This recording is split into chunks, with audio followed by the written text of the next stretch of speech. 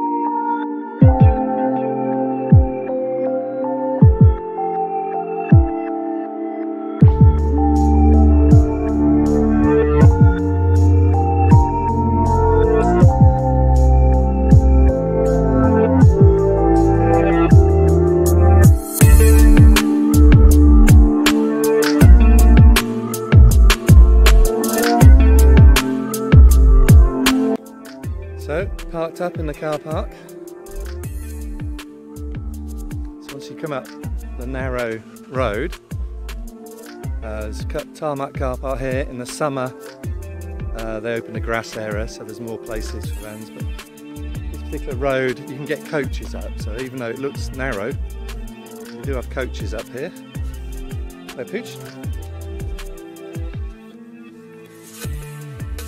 So gonna have a walk around the edge of the Outer Bailey. So this grass area behind me, which I'll show you, is the Outer Bailey. And we're going to get up onto the inner bank. So if I pan around here, then you can see the Inner Bailey. So all this grass area in front is called the Inner Bailey here. In medieval times, this is where the townsfolk would have lived. And this is originally an Iron Age Hillfort. So these banks, the inner bank here, the ditch, and the outer bank, date back to 2,500 years, thereabouts. So you would have had the townsfolk then, the tribes, living in the middle here. So this would have been the village. None of this middle bit would have been there. So shortly after the Norman conquest, William the Conqueror started building Motte Bailey Castles around the country, and so around about 1069, 1070 it is believed that this one was started. So they would have dug out a ditch, piled all the earth on top, and then built a castle on the top of that, and that's what we see the remains of today. So this whole site is probably the third largest Iron Age hill fort in England. So pretty good area. Lots of people come up here for dog walks. They've had events here as well in the past. And I say you've got wonderful views all around.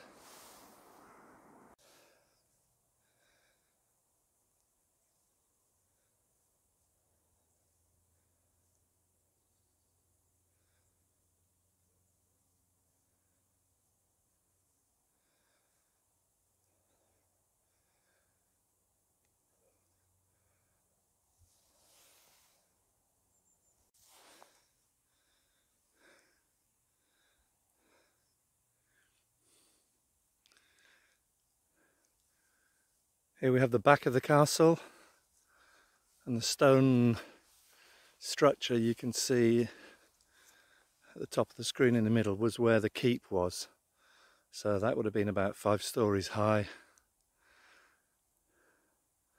And I say there's only a bit of it left now.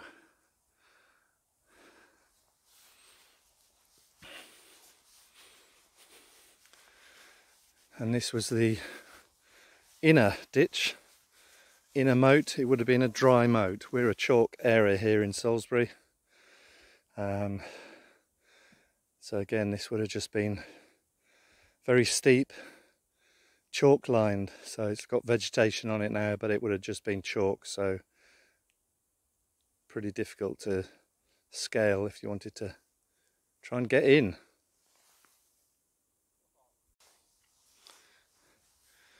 And out here, so this is the northwestern side of the Outer Bailey. This is where the original cathedrals were built. I say cathedrals, one was initially erected and then 5 days after it was consecrated, got struck by lightning, caught fire and burned down. So they built a bigger one. So they have some foundations, but they are laid out in the grass where some of the walls would have been. I don't have a drone, so I can't show you from an aerial point of view. You just got to come here and see it. But if I go to the top end where the altar was,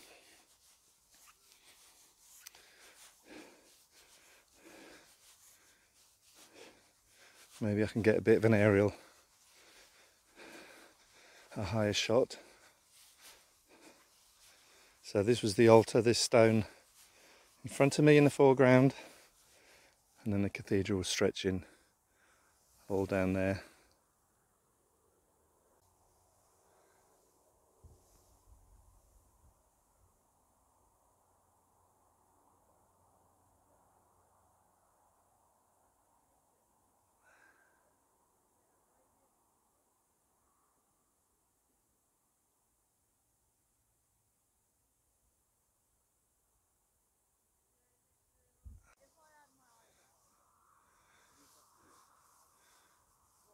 This is an outline of the cloisters.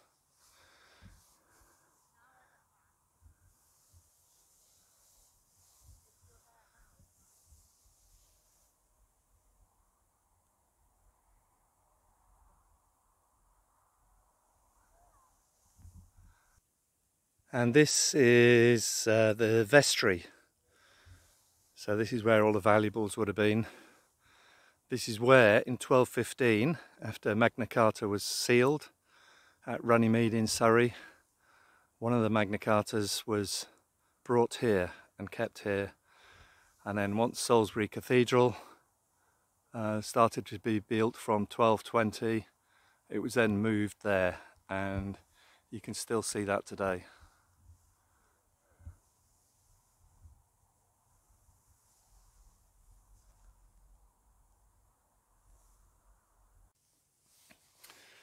So this is just a small part of the wall that was left on the edge of the cloisters. So that would have run there. And on the edge of the Outer Bailey, which is what we're in at the moment, so this is where the cathedral is. The Bishop's Palace was out here as well. And you have a part of the curtain wall. So again, it was believed that there was a wall surrounding the whole site, or certainly 7/8 of it.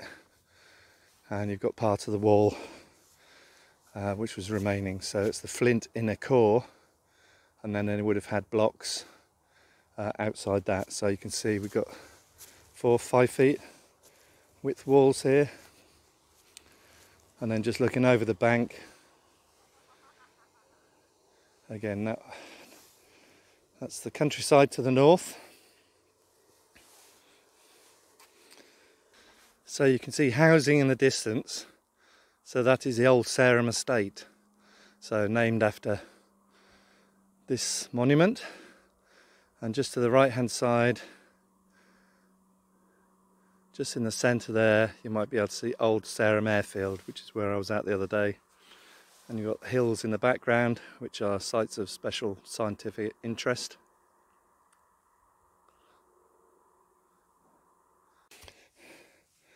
So we've now come to the central part. So this is the mound, or motte, of Old Sarum. This is the Norman part, so 1069, 1070-ish, that's where this started to be built. They would have dug out the earth, or chalk as it is, and piled it on top and built a wooden castle, and then shortly after that a stone castle would have been built, and that's what you see the remains of. So this would have been one of William's castles that he would have travelled to as he was travelling around the country. This is also where he paid off his troops. After all the skirmishes, all the troops were summoned and they were paid off here. And I say that's just looking east again, that's the car park and toilets there. You can see Bentley still doing all right in the sunshine, getting some solar.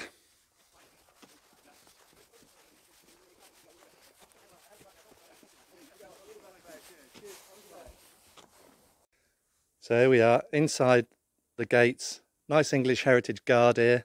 We'll take your money or check your pass. And lovely shop to go and buy your coffees or jams or English heritage gubbins. So let's go and have a walk around the top.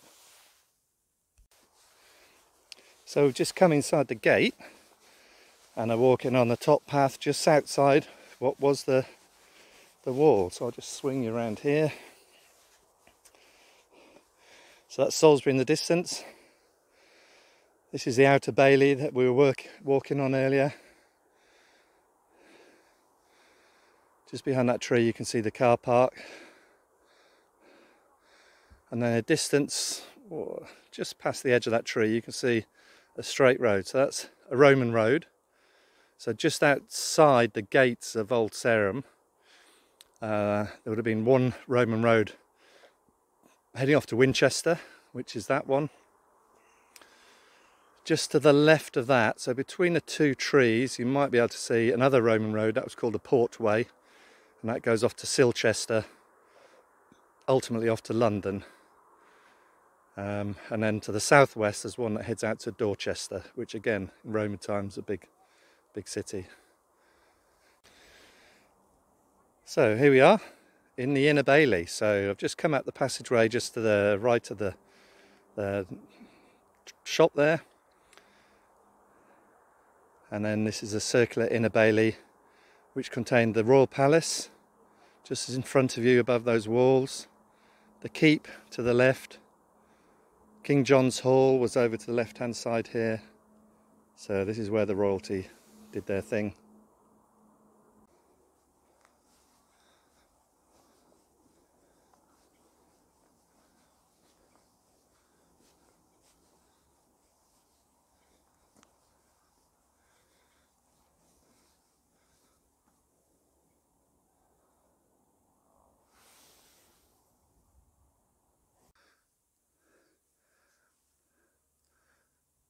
Looking back out to the entrance, so that's looking east.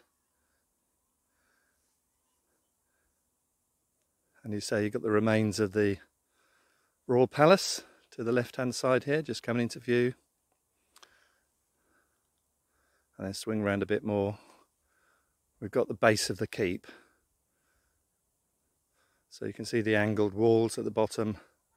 And then you would have had about 4 or 5 stories tall here.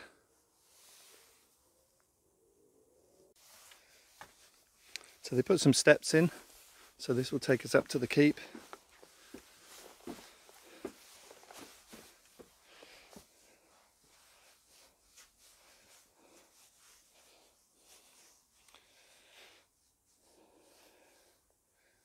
Again, great views. And the corner of what was the keep. Give you an idea of the cathedral layout.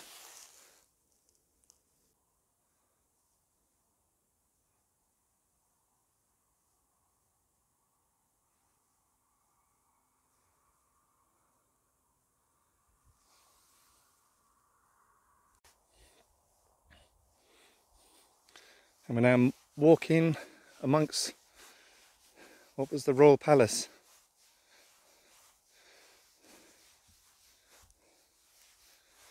So again, just foundations.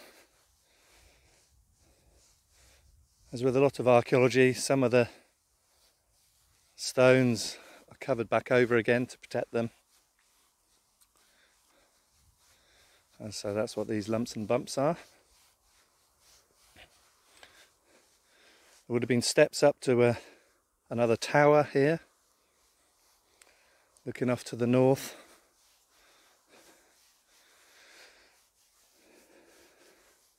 And then at this end, down below you would have had the kitchens, but above here you would have had the royal privy.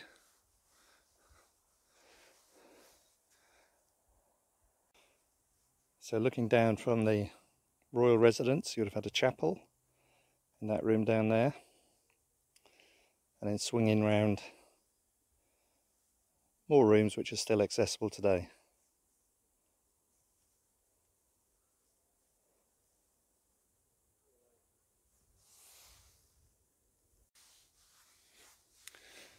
So this is just round the back of the shop, so somewhere to sit if you want to have a coffee. There's a rubbish pit over there, and then into here we were just looking at these rooms from above. So there would have been a pedestal there with some stairs which will take you to a higher room.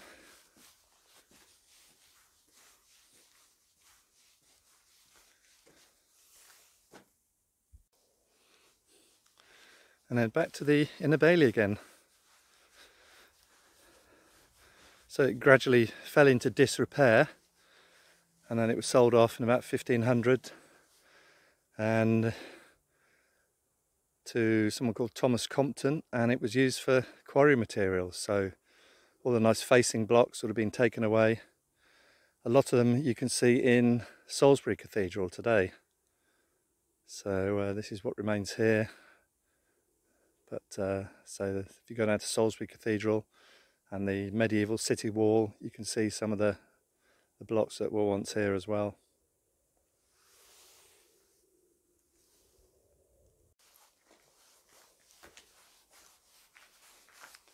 So there we go, that was Old Sarum. Well worth a visit. I think it's about £6–7 if you're not a member of English Heritage, and £2 or £3 to park, but if you're a member, that's all free. But days like this, there's no better place to be. It's quiet,